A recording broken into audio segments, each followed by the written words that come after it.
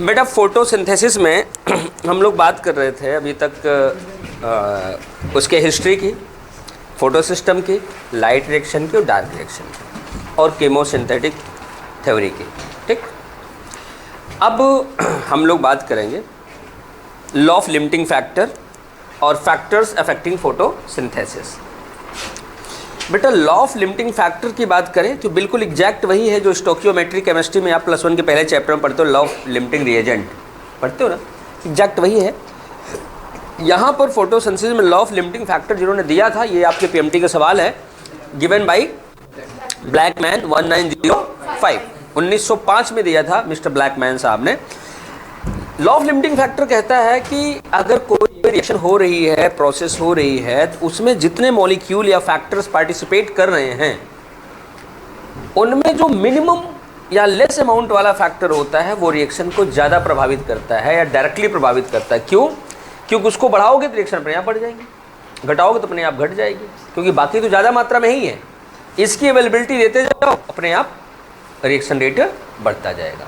इसका मतलब जो मिनिमम अमाउंट में होता है वो क्या काम करता है? लॉ ऑफ लिमिटिंग रिएजेंट का। हो गया। अब मैंने आपको कार्डिनल पॉइंट बताया था एनसीईआरटी में नहीं है, बट मैंने कार्डिनल पॉइंट का ग्राफ बनवाया था। और उसमें मैंने बताया था कि अगर जब हमारा फैक्टर 0 है तो रिएक्शन 0 है। ठीक है, फैक्टर बढ़ाते क्या, रिएक्शन बढ़ता क्या, लेकिन एक मैक्सिमम कंसंट्रेशन पे ऑप्टिमम हो गया, उसके बाद क्या बढ़ाते जाओ, लेकिन एक ऐसे होते हैं उनको बढ़ा दो तो रिएक्शन को वापस नेगेटिव करके वापस 0 कर देते हैं। जैसे अगर हम एग्जांपल की बात करें तो हमारा टेम्परेचर जो होता है, टेम्परेचर यही फैक्टर है, क्योंकि जितने बायोलॉजिकल रिएक्शंस हैं कंट्रोल्ड बाय एंजाइम्स, और एंजाइम के काम करने का एक रेंज होता है 20 से 45 डिग्री सेल्सियस। अगर 0 डिग्री सेल्सियस टेम्परेचर है तो एंजाइम काम ही नहीं करेगा। आप टेम्परेचर बढ़ाओ, 20 पहुंचते रिएक्शन शुरू, 45 तक तो मैक्सिमम हुई। अब ज़्यादा बढ़ाओगे तो एंजाइम डीनेचर होता जाएगा और रिएक्शन रेट गिरता चलाएगा। ऐसे फैक्टर भी होते हैं। ठीक, चलो अब हम सबसे पहले फैक्टर्स की बात करें तो हम सबसे पहले बात करेंगे प्रकाश की, लाइट की। लाइट के बारे में बेटा एक बात ध्यान देना, आप जानती हो कि लाइट एक एनर्जी का सोर्स है, इलेक्ट्रोमैग्नेटिक वेव है, आपको पता है। तो आपको बता दे बेटा, जो लाइट है, लाइट में कई तरह से लाइट इफेक्ट कर सकता है। Duration of light, quality of light, intensity of light. Quality of light का मतलब हुआ बेटा कि पॉलीक्रोमेटिक है कि मोनोक्रोमेटिक है, कौन सा कलर है। ड्यूरेशन मतलब देखो बेटा, ड्यूरेशन में क्या होता है कि फोटोसिंथेटिक रेट तो इफेक्ट हो ना हो, लेकिन ओवरऑल प्रोडक्ट इफेक्ट करता है। 10 घंटा लाइट दिए और 2 घंटा लाइट दिए, 10 घंटा में टोटल प्रोडक्ट तो ज़्यादा बनेगा, रेट बेशक सेम हो। सही है ना। अब मैं आपको बताऊं एक बात जो आपको याद रखने वाली, एनसीईआरटी ने सबसे नीचे लिखा है कि light is rarely limiting factor. ये लिमिटिंग फैक्टर नहीं होता। कंडीशन भी लिखिए कहां होता है। Shaded plant, high density forest के नीचे बॉटम में उगने वाले पौधे, यहां पर बाकी वैसे होता नहीं। लेकिन एक बात और कि अगर हम फोटोसिंथेसिस की बात करें तो लो इंटेंसिटी के केस में अगर कंसंट्रेशन लो है, इंटेंसिटी लो है, तो क्या होता है, फोटोसिंथेसिस क्या रहेगा, पहले जैसे हम बढ़ाते जाएंगे बढ़ता जाएगा फोटोसिंथेसिस, उसके बाद क्या होगा, एक स्थिति के बाद कांस्टेंट हो जाएगा। यही है ग्राफ, एक स्थिति के बाद कंसंट्रेशन के बाद बढ़ने। सही है, याद रखना जो पीएमटी का सवाल है, लाइट कभी भी लिमिटिंग रिएजेंट नहीं होता। एक्सेप्शन आपको बता दिया गया, रेयर कंडीशन में कहाँ पाया जाएगा, शियोफाइट प्लांट्स या शेडेड प्लांट्स या फिर plants grow in high density forest. आप कभी गांव में जैसे घूमते हो तो आपके गांव में बाग होगी, या कभी भी आप छुट्टियों पे गए जहाँ फॉरेस्ट वाले इलाके हैं, फॉरेस्ट को दूर से देखो तो आपको लगता है कुछ पौधे बहुत ऊंचे हैं, कुछ उससे थोड़े नीचे हाइट दिख रही है। ये जो वर्टिकल लोकेशन होता है प्लांट का, it is called as stratification. क्या कहा जाता है, ये आपके पीएमटी का सवाल है, ये आगे आएगा इकोलॉजी में कि इसे वर्टिकल स्ट्रैटिफिकेशन कहते हैं हम लोग। ठीक, अलग अलग हाइट पे स्टेटा बना के रहते हैं ना, पौधे उससे ऊपर हो जाएंगे नहीं। चलो अब हमारे पास अगला फैक्टर क्या है, CO2। CO2 कमाल का फैक्टर है, बड़ा इसेंशियल फैक्टर है। CO2 अगर नहीं है तो फोटोसिंथेसिस हो ही नहीं सकती। क्यों? ग्लूकोज बन ही नहीं सकता। क्यों? क्योंकि CO2 ही तो कन्वर्ट होता है, CO2 ही तो ग्लूकोज में कन्वर्ट होता है, रिड्यूस होता है। सही है ना? इस बात को आपको ध्यान रखना। देखते हैं कैसे। बेटा एटमॉस्फेयर में हमारे CO2 का जो कंसंट्रेशन है आइडियली हम कंसीडर करते हैं 0.03%, 300 ppm। बट आज कंसंट्रेशन थोड़ा सा बढ़ गया है, लगभग 0.04 के आसपास हो चुका है, 400 ppm। लेकिन अगर ये 500 तक पहुंच जाए तो हमारे लिए हार्मफुल हो सकता है प्लांट के लिए। इसका मतलब है CO2 कंसंट्रेशन अफेक्ट करता है फोटोसिंथेसिस को। ठीक, अगर बेटा ये ज़्यादा हो जाए तो क्या करता है, फोटोसिंथेसिस को नुकसान कर सकता है या रिड्यूस कर सकता है। अब एग्जामिनर अंकल का सवाल, आपने पढ़ा है कि C4 प्लांट CO2 के कम कंसंट्रेशन पे काम करता है in the comparison of C3। सही है? एग्जामिनर साहब का सीधा सीधा सवाल, किस CO2 कंसंट्रेशन पर C3 प्लांट अटेन्स सैचुरेशन और किस टेम्परेचर कंसंट्रेशन पर C4 प्लांट अटेन सैचुरेशन? बेटा C4 कम पे करेगा, ये होता है 360 माइक्रोलीटर पर लीटर, और C3 होता है 450 माइक्रोलीटर पर लीटर। यही डेटा दिया हुआ है एनसीईआरटी में, मैंने नोट्स में शायद लिखाया भी होगा।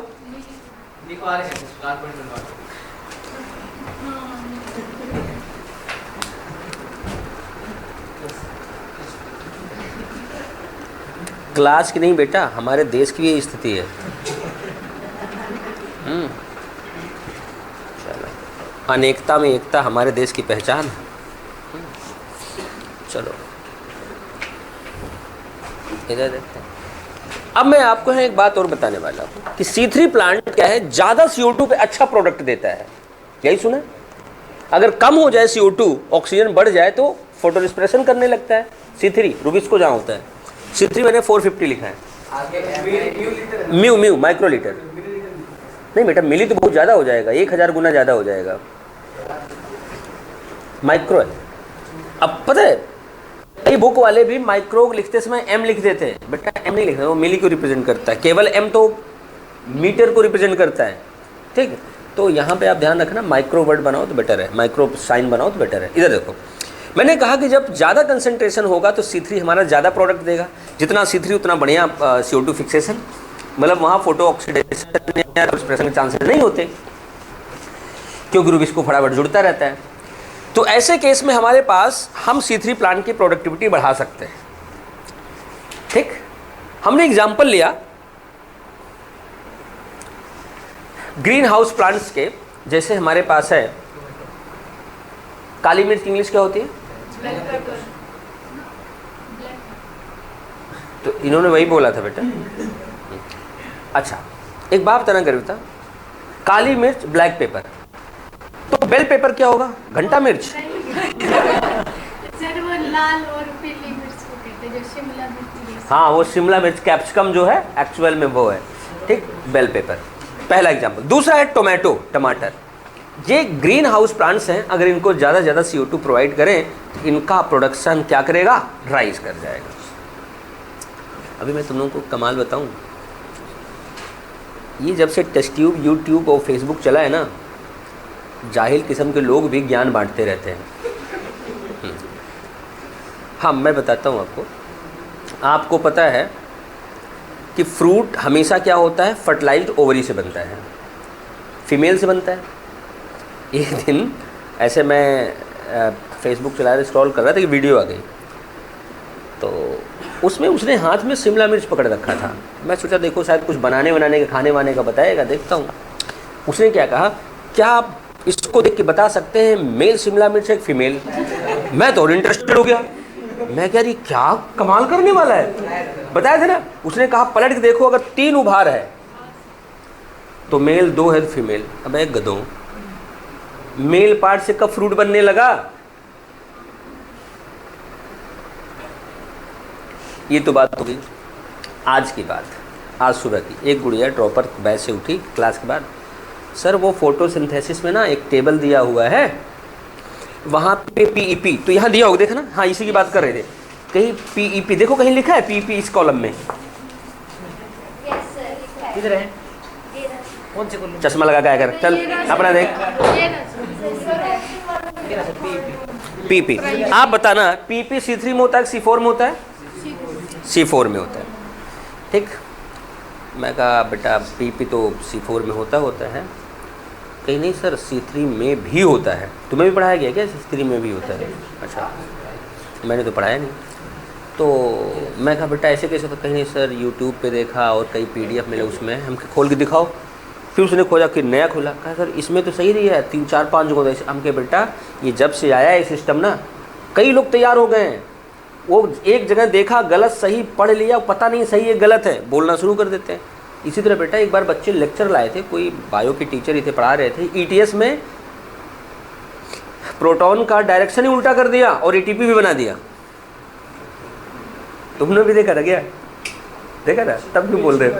हाँ, PhD करी हुई? अच्छा, तो बेटा मेरा कहने मतलब, जब आप कोई तथ्य देखें, अगर आप एज ए टीचर पब्लिक के सामने खड़े होते हैं तो तथ्य आपको करेक्ट पता होना चाहिए। नहीं तो बेटा सामने वाला आपसे सीख रहा है तो वो ज़िंदगी भर के लिए गलत हो जाएगा ना, ध्यान देना। क्योंकि प्रोटॉन या हाइड्रोजन जो है NADH से निकल के जाता है, उधर की ओर आता नहीं है। वो जब आता है तो ATP बनता है, समझ गए? इधर से करा के इधर घुमा के ATP बना दिया लोगों ने, तो गलत इन्फॉर्मेशन सही है। और ये लोग ऐड भी खूब करते हैं, बट सही है। चलो, कितने रुपए में गोलगप्पे दिया? कितने में दिया? 10 का 1? सैनी वाला 10 का 1 देता है, 10 के 2 उसी के गए थे तुम? अच्छा, रेडी पे खा गई है। ये तो उन्हें पता है अपने घर से क्या करती है, नमक की पुड़िया लेती है, गोलगप्पे लेके जाती है, बगल जोड़ में पानी कलरफुल है ना, नमक डाला, क्या कलरफुल तो होना चाहिए। हम तो खाते ही नहीं गोलगप्पे, हमें क्या खिलाएगी? नहीं, मैं बेइज्जती नहीं करूँ, मैं रेट पूछ रहा था। चलो इधर देखो, इधर देखना।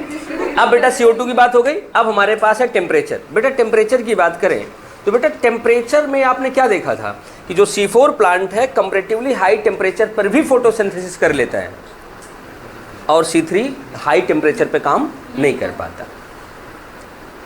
तो इसका मतलब क्या हुआ कि अगर हम फोटोसिंथेसिस टेम्परेचर के अकॉर्डिंग बात करें तो C4 C3 के कंपेयर में हाई टेम्परेचर तक एक्टिव रह सकता है। वैसे आपको बता दें टेम्परेचर बेटा अगर 50 डिग्री सेल्सियस पहुंच जाए तो हमारे लिए, हमारे प्लांट के लिए हैजर्ड हो जाता है, हार्मफुल हो जाता है। उस दौरान फोटोसिंथेसिस क्लोज हो सकती है। क्यों? क्योंकि स्टोमेटा ही बंद हो जाएगा।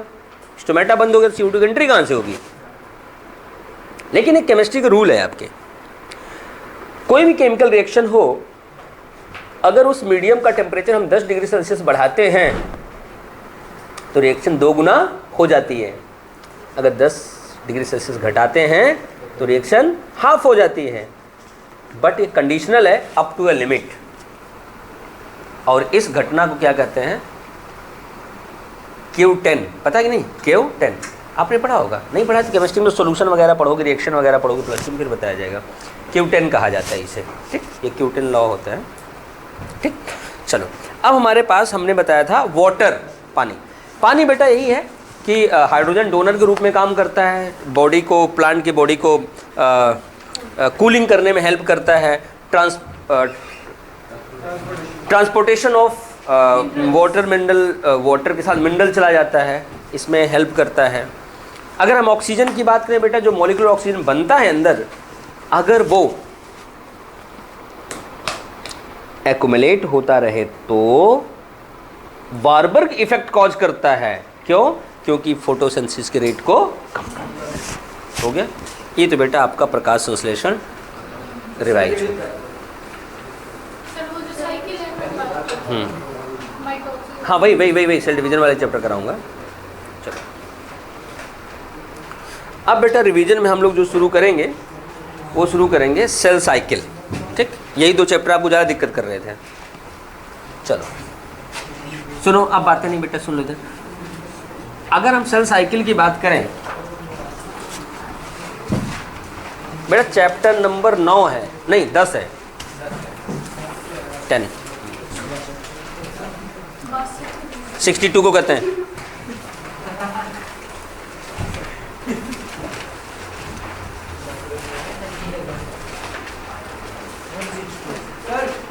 प्रोटोकॉल की ओरिजिन कौन सी होती है? किसकी? प्रोटोकॉल की। बेटा नोटोकॉड किस चीज़ का बना हुआ है? किसका बना है? नहीं, मैंने आपको सिखाया था एक चीज़, उससे निकालो ना किससे बना हुआ है। फाइनली नोटोकॉड हमारा किस में चेंज होता है? Vertebral column. वर्टिब्रल कॉलम किसका बना होता है? हड्डी का। हड्डी की ओरिजिन क्या होती है? जो डाइजेशन वाले पार्ट से डिराइव होगा एंडोडर्मल, न्यूरॉन वाले से होगा एक्टोडर्मल, न्यूरोडर्मल, जो रेस्पिरेटरी वाले से होगा एंडोडर्मल, जो गोनैड्स रिप्रोडक्टिव से होगा मेजोडर्मल, बोन और ब्लड का पार्ट होगा मेजोडर्मल। ये तरीके याद रखने का आपको। लेकिन वही नर्व कॉर्ड की बात करें वो हमेशा एक्टोडर्मल। नर्व कॉर्ड कैसा होगा? एक्टोडर्मल। ठीक, एक बात ध्यान देना, इस स्पाइनल कॉर्ड के सॉरी इस वर्टिब्रल कॉलम के अंदर जो स्पाइनल कॉर्ड है उसकी बात करें वो एक्टोडर्मल है। वो क्या है? एक्टोडर्मल है। और ये जो बाहर कॉलम जा रहा है ये कैसा है? बोन है, हड्डी है, तो हड्डी वाली ओरिजिन होगी। चलो अब इसे कुछ लोग क्या कहेंगे मिक्स करके एक्टोमीजोडर्मल। नहीं भैया, आप अलग अलग पूछ रहे हो ना, एक साथ तो पूछ नहीं रहे हो। एक साथ पूछो एक्टोमीजोडर्मल हो जाएगी। जैसे दांत हमारा कैसा था? एक्टोमीजोडर्मल था। क्यों? क्योंकि इनेमल हमारा एक्टो था और ओडोब्लास्ट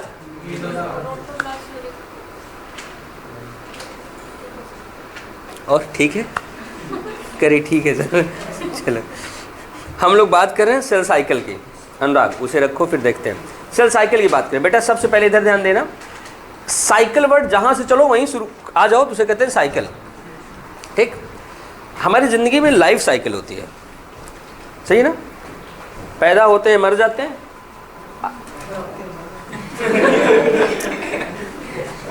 काश तेरे साथ ऐसा होता दुनिया का बोझ कम हो जाता। इधर देखो, अभी की मार मर्डर में जेल जाना है। इधर देखो, पैदा होते हैं ऐसे लाइफ जीते हैं और इधर फिर मर जाते हैं। इसका मतलब पहले हम थे नहीं, पैदा होने पे आ गए, फिर मरे तो फिर गायब हो गए, अब भी नहीं है।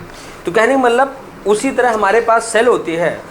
अच्छा अभी दिख रहे हैं, ये देख रहा है, अच्छा है कि नहीं? जो हमारी ये सेल होती है बेटा, इधर देखना, ये सेल क्या करती है? खाएगी पिएगी, बड़ी होगी और जा कर के फिर यहाँ और बड़ी हो गई, डिवाइड करके 2 डॉटर सेल बना देगी ऐसे।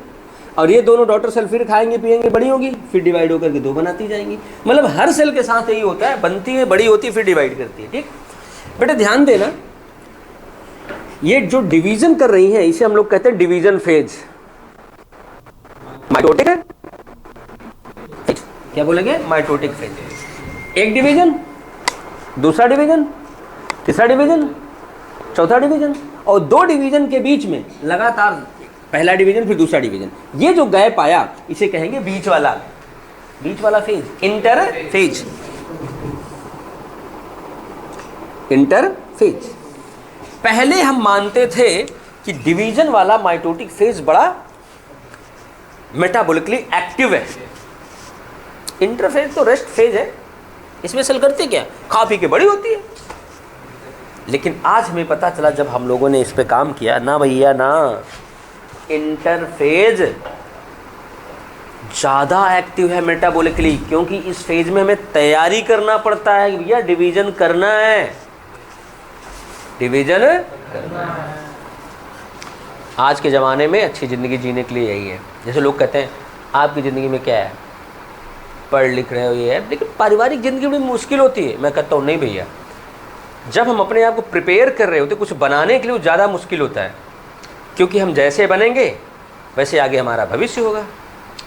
आप डॉक्टर बनोगे, डॉक्टराइन मिल जाएगी।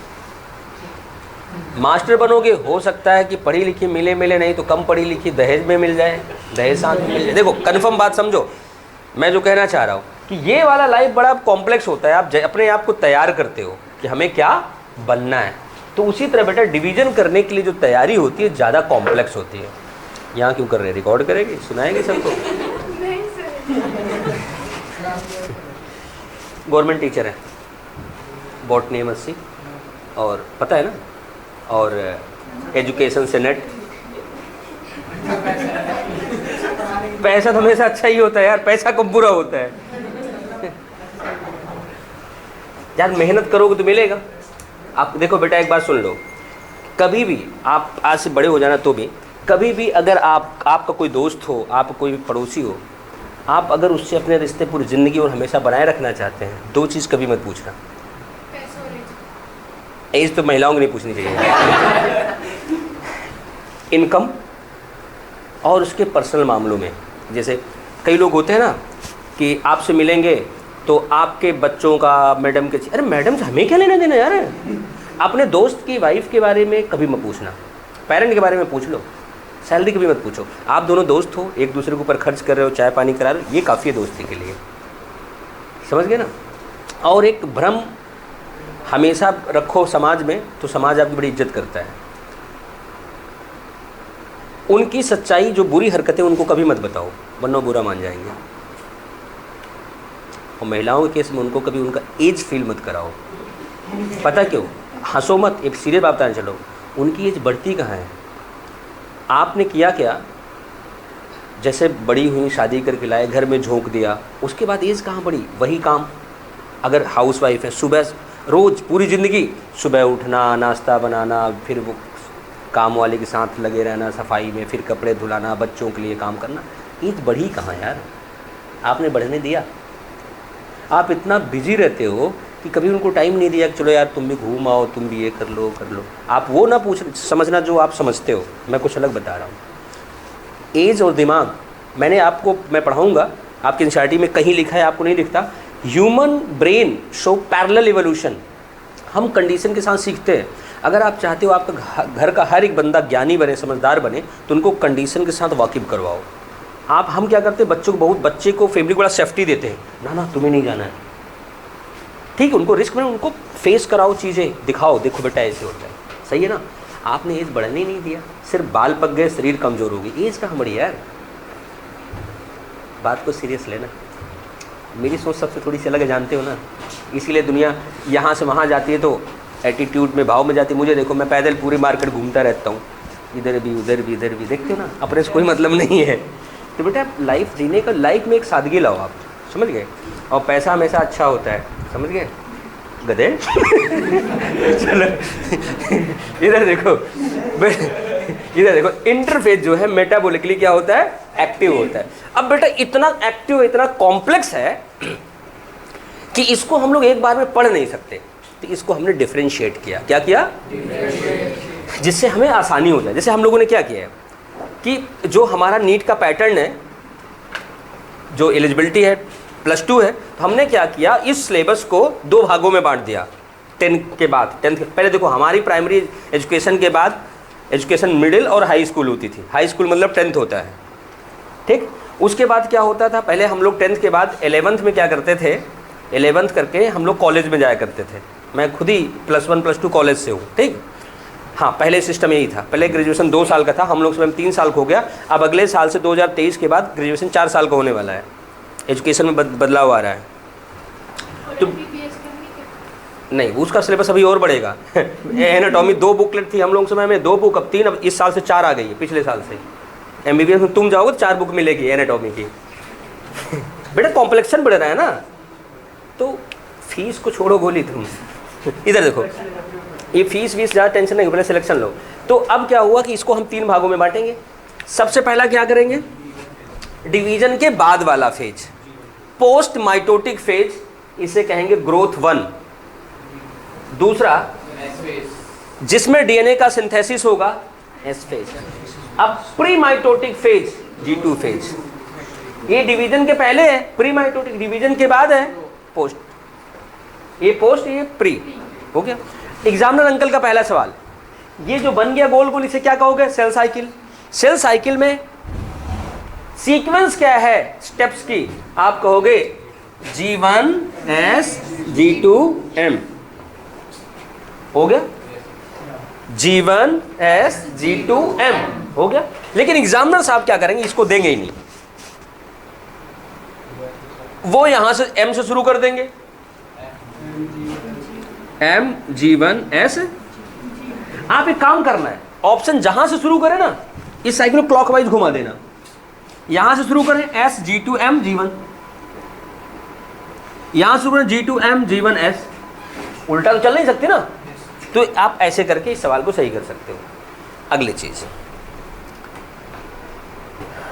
कभी कभी होता क्या है, आपने मेडिकल ले लिया +1 +2 में, ठीक, ले रखिए, आप +2 पास हो गए, आपकी तैयारी अच्छी है, आप नीट में सेलेक्ट हो सकते, लेकिन हमें डॉक्टर बनना ही नहीं है, हमें बनना ही नहीं है, करना क्या है जी, हम सिंपल ग्रेजुएशन करके यूपीएससी में जाएंगे, सिविल में जाएंगे, आपका मोटो यहीं से बनना है।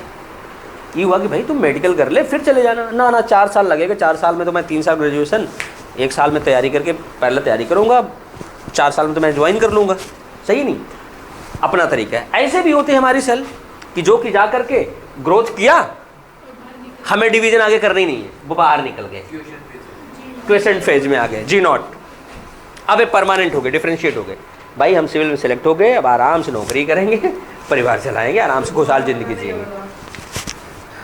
ये वाला हाँ। यही तो मैं पूछ रहा हूँ, ये वाला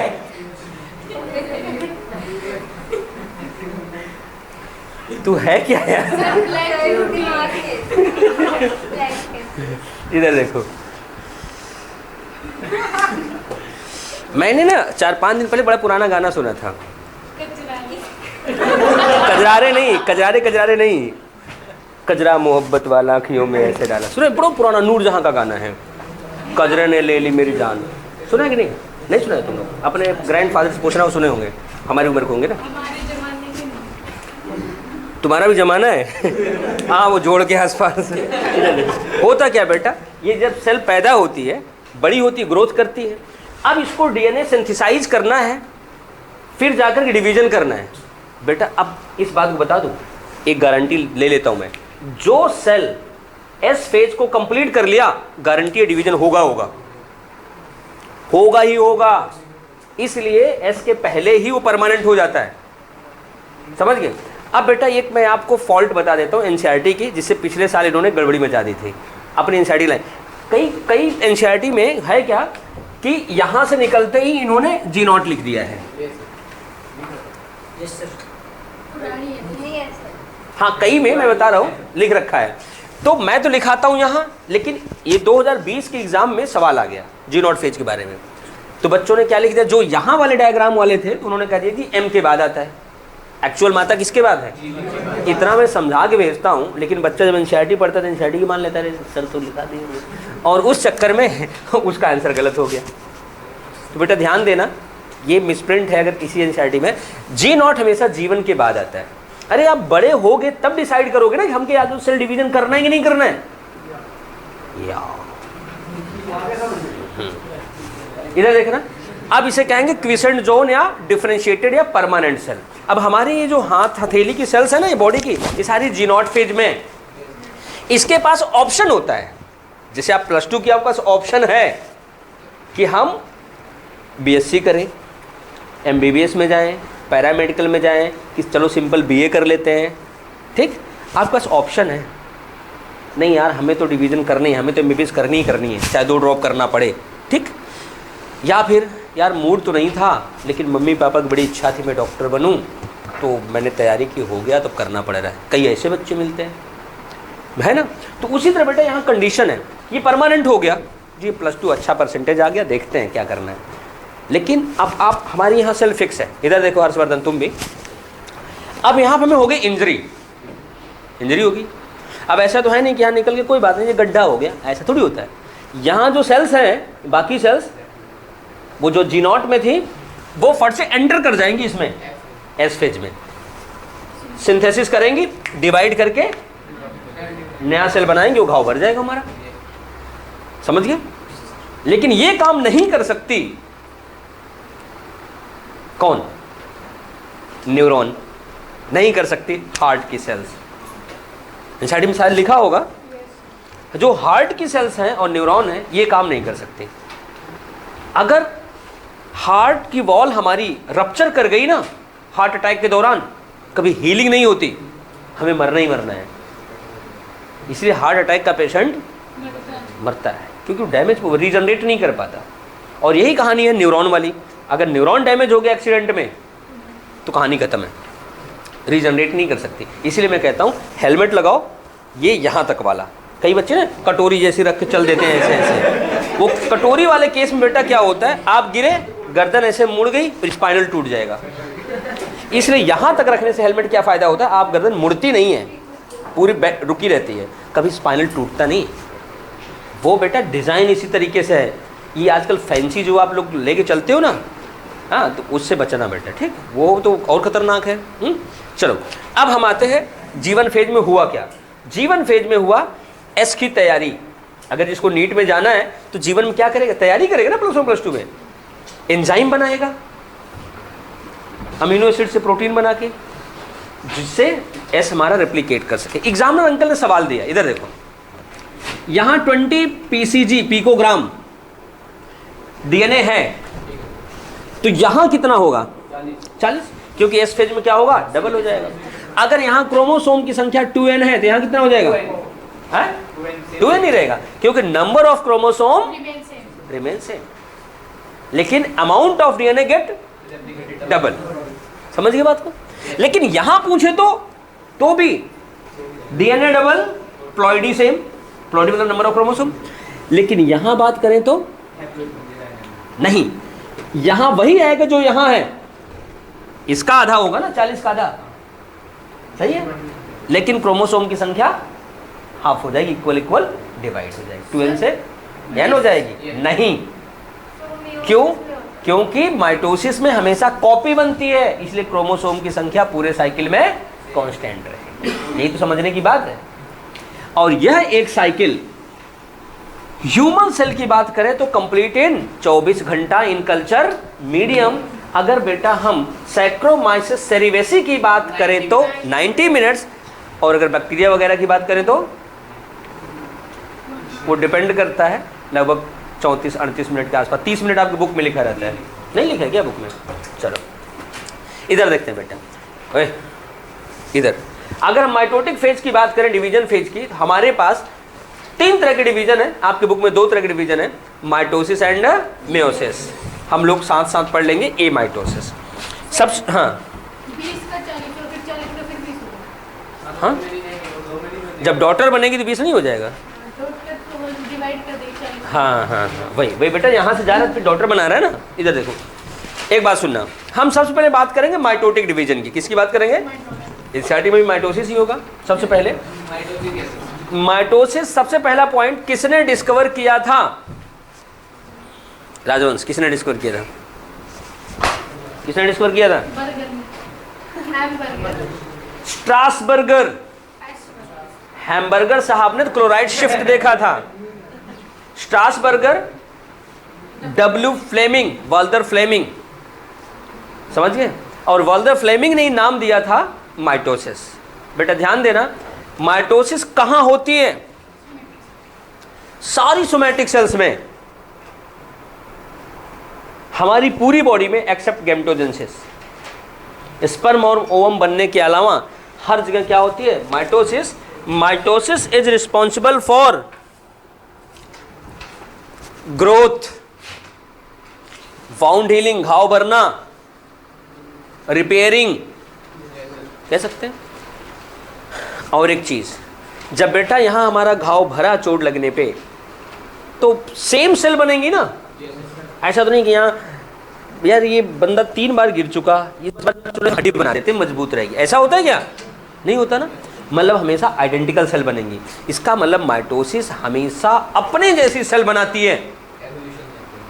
कैसी बनाती है? अपनी जैसी सेल बनाती है। और बेटा जस्ट अगर हम आपकी बात करें, इधर देखो, अगर यहाँ एक सेल है 2n वाली, ये माइटोसिस करेगी तो 2n वाली बनाएगी, फिर 2n 2n 2n बहुत सारे बन जाएंगे और सारे सेम होंगे। माइटोसिस करना सारे सेम होंगे भाई, घाव बढ़ते में सारे सेम बनाए ना।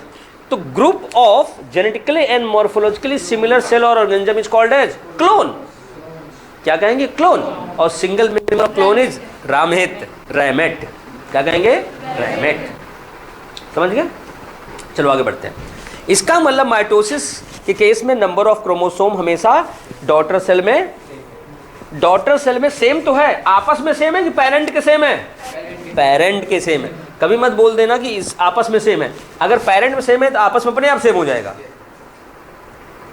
समझ गए ना? चलो अब देखते हैं कि कोई भी सेल डिवीजन होता कैसे। कोई भी सेल डिवीजन हमेशा 2 स्टेप में होता है, कैरियोकाइनेसिस एंड। लेकिन एक बात मैंने शायद आपको बताया था, यहाँ पर कैरियोनिक इंडेक्स KI, वो यहाँ आप नहीं कराता दोबारा क्योंकि आपके एनसीईआरटी में है नहीं शायद KI, नहीं है एनसीईआरटी में KI नहीं है एनसीईआरटी में। हाँ, कैरियोनिक इंडेक्स नहीं, बट मैं बता देता हूँ न्यूक्लियस और साइटोप्लाज्म का रेशियो हमेशा कांस्टेंट होता है। जब रेशियो डिस्टर्ब होता है तो सेल डिवीजन होता है। ठीक, इधर देखना। सबसे पहला क्या होता है हमारे पास? कैरियोकाइनेसिस। कैरियोकाइनेसिस मतलब न्यूक्लियर डिवीजन, साइटोकाइनेसिस मतलब साइटोप्लाज्मिक डिवीजन। मतलब अगर यहाँ हम सेल देखते हैं, यहाँ होगा न्यूक्लियस, यहाँ होगा साइटोप्लाज्म। तो बेटा सबसे पहले यहाँ पर न्यूक्लियस टूटेगा, अब जाकर के साइटोप्लाज्म टूटेगा। बेटा ध्यान देना, ये C/2 आएगा, C/2 आएगा, लेकिन n इक्वल आएगा। अब यहां से एग्जामिनर अंकल का सवाल, एग्जामिनर ने सवाल पूछा था कि यहाँ जो टोटल डॉटर बनी है, इन दोनों के प्रोटोप्लाज्म का टोटल, इसके प्रोटोप्लाज्म इस मदर सेल के प्रोटोप्लाज्म के बराबर होगा कि थोड़ा ज़्यादा होगा कि थोड़ा कम होगा? थोड़ा ज़्यादा होगा। यहाँ देखो n+c, यहाँ 2n+c, मतलब स्लाइटली ग्रेटर होगा। आप कहोगे क्यों? क्योंकि मदर का डीएनए रेप्लिकेट किया है, डीएनए डबल हो गया है, तभी तो इक्वल यहाँ आया है मदर के। इसलिए याद रखना है पीएमटी का प्रीवियस ईयर का सवाल कि protoplasmic content of one daughter cell in mitosis slightly greater than half of the mother cell, और total protoplasm of both daughter cell is slightly greater than protoplasm of mother. ये दोनों तरह सवाल बन सकता है। समझ गई बात? चलो अब हम प्रोसेस को आगे बढ़ाते हैं। एक बात और बेटा, अगर कोई केमिकल या एजेंट डिवीजन को प्रमोट करता है तो उसे हम कहते हैं माइटोजेन,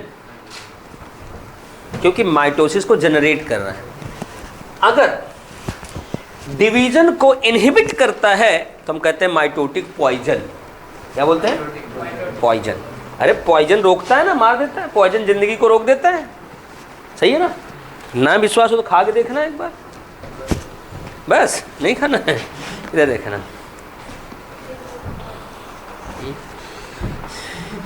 ये काली काली आंखें चल, खुद तुम्हें देख के सुबह डर चुके थे, बचे किसी तरह।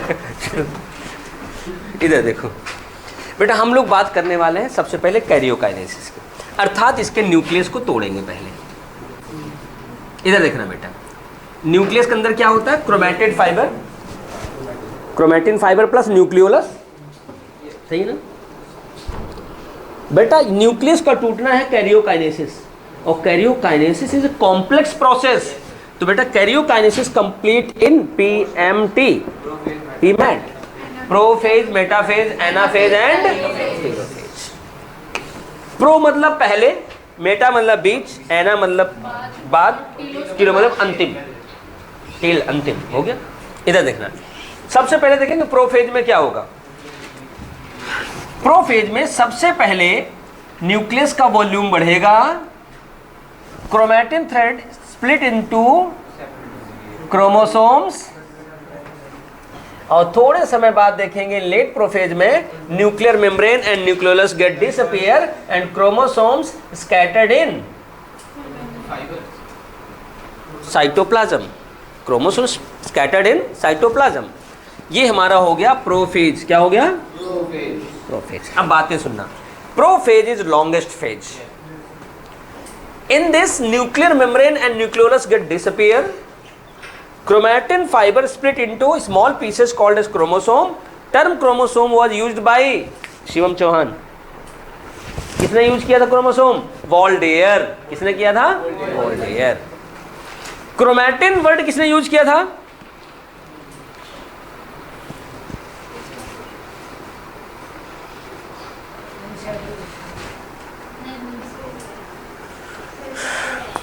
मैंने लिखा रखा है सेल वाले चैप्टर में,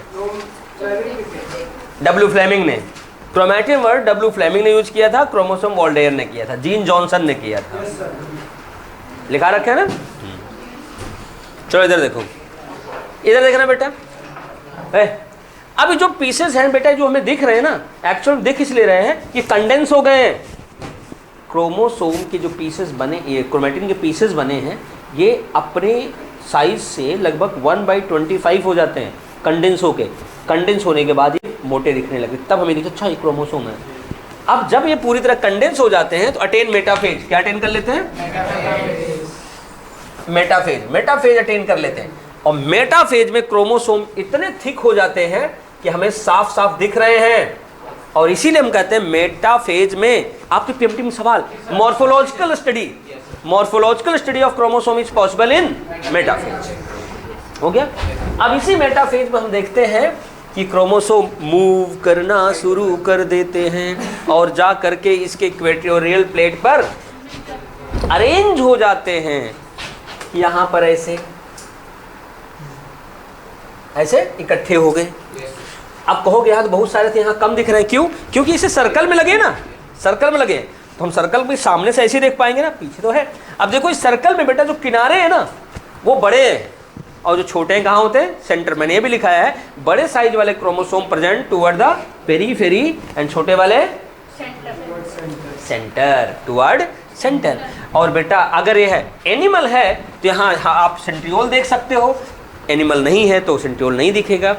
दिखे ना दिखे, यहाँ पर हम देखते हैं कि यहाँ क्रोमैटिन स्पिंडल फाइबर्स बन जाता है। क्या बन जाता है? स्पिंडल फाइबर बन जाता है।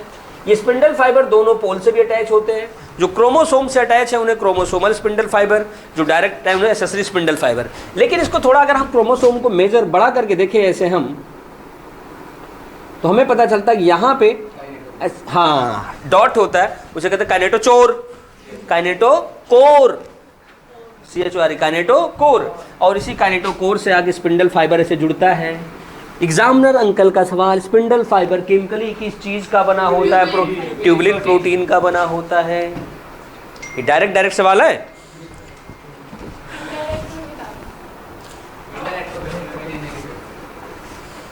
नहीं, इस पे इनडायरेक्ट क्या है कि इनडायरेक्ट जो आता है मैं बता दे रहा हूँ, देखना है। सेंट्रियोल बना हुआ है। एग्जामिनर ने पूछा, ओए बालिका इधर देखो, एग्जामिनर पूछेगा कि जो स्पिंडल फाइबर दिख रहा है ना, how many types of aster? 4 type. एक अभी टूटने के बाद बनेगा, इनडायरेक्ट हो गया। मैं कह रहा इनडायरेक्ट हो, ऐसे कर रही है। चलो तुम लोग बनते ऋतिक रोशन हो। इधर देखो 50 हो गए तेरे पास? नहीं, ये लॉलीपॉप आइसक्रीम खाने जाएगा। अब इधर देखना बेटा। अब नहीं, इसने उस दिन बताया था आइसक्रीम, जो लॉलीपॉप आइसक्रीम है। इधर देखना बेटा, ये जो लगा हुआ है ना मेटाफेज वाले स्टेज में, यहाँ ऐसे आप देखना, इनके बीच की जो सेंट्रोमियर है ये अलग होता है। ये अब यहाँ अलग होने लगेगा, ऐसे ऐसे अलग हो जाएंगे बेटा, अलग होंगे। जब अलग होंगे तो ये कॉन्ट्रैक्टाइल होता है स्पिंडल फाइबर, सिकुड़ेगा तो ये इधर जाने लगेंगे। ये जब जाने लगेंगे, हाँ पोल्स पे, कनप्रिया, पोल मतलब खंबा नहीं ना, पोल मतलब ध्रुव, किनारा, खंबा नहीं। ठीक, अपने पोल की ओर जाने लगेंगे। हो गया?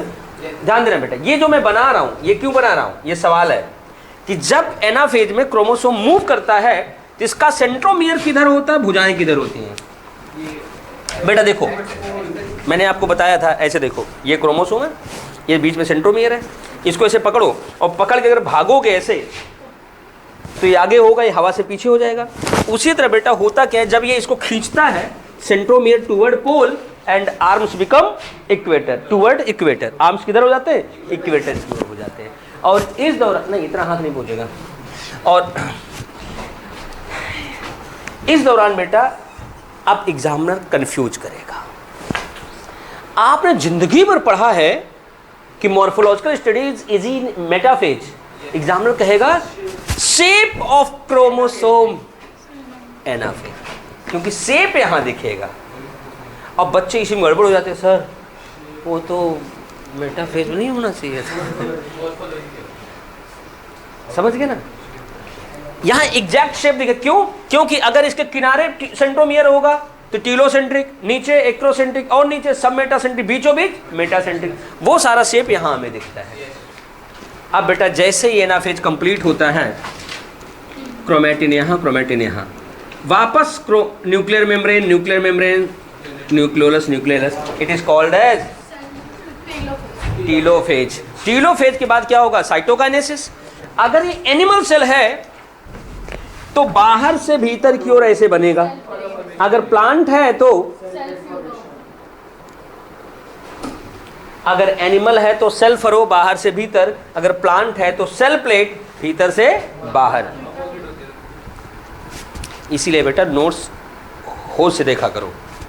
गाना नहीं सुना है कहीं, जोश ने होश ने खो दे जोश में देखने वाला, तुम जोश में नोट से देखती है, ये कोयला मूवी का गाना है।